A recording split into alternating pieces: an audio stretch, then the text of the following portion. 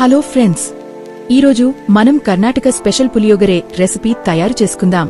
పులియోగరే అనేది కర్ణాటక రాష్ట్రంలో చాలా ప్రసిద్ధి చెందిన సాంప్రదాయ వంటకం. ముఖ్యంగా మెలుకోటె ప్రాంతంలోని ఆలయాల్లో ప్రసాదంగా ఇచ్చే పులియోగరే ఎంతో ప్రసిద్ధి చెందింది.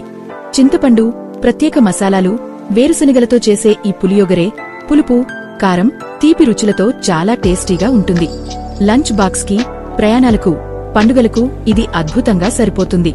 ఇప్పుడు పులియోగరే ఎలా తయారు చేయాలో చూద్దాం. ముందుగానే రైస్ కుక్ చేసి ఉంచాము. సో ఇప్పుడు తాలింపు వేద్దాం. బాణలు పెట్టి 2 స్పూన్స్ ఆయిల్ వేసుకోవాలి. ఆయిల్ వేడయ్యాక జీలకర్ర, ఆవాలు వేసి చిటపటలాడాక ఇందులో కట్ చేసిన పచ్చిమిర్చి వేసుకోవాలి. అలాగే కరివేపాకు కూడా వేయాలి. వేసి ఒకసారి కలుపుకోవాలి. ఒకసారి కలిపి ఇందులో 1/2 స్పూన్ పచ్చి శనగపప్పు, మినపప్పు వేసుకుని అంతా బాగా వేగనివ్వాలి. ఈ విధంగా వేగితే సరిపోతుంది. ఇప్పుడు స్టవ్ ఆఫ్ చేసి ఇందులో పులిహోగరే పొడి 3 స్పూన్స్ వేసుకుని కలుపుకోవాలి.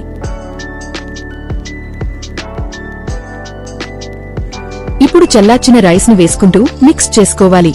పొడిలో ఆల్రెడీ సాల్ట్ ఉంటుంది కాబట్టి సరిపోకపోతే వేసుకోవచ్చు. మీకు పులిహోగరే పొడి ఎలా ప్రిపేర్ చేయాలో తెలుసుకోవాలంటే కామెంట్ చేయండి. దానిమీద ఒక వీడియో చేస్తాము. ఇలా అంతా మిక్స్ చేసుకుంటే సరిపోతుంది.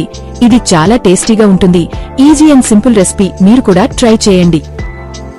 అలాగే ఛానల్ని సబ్స్క్రైబ్ చేసి లైక్ అండ్ షేర్ చేయండి.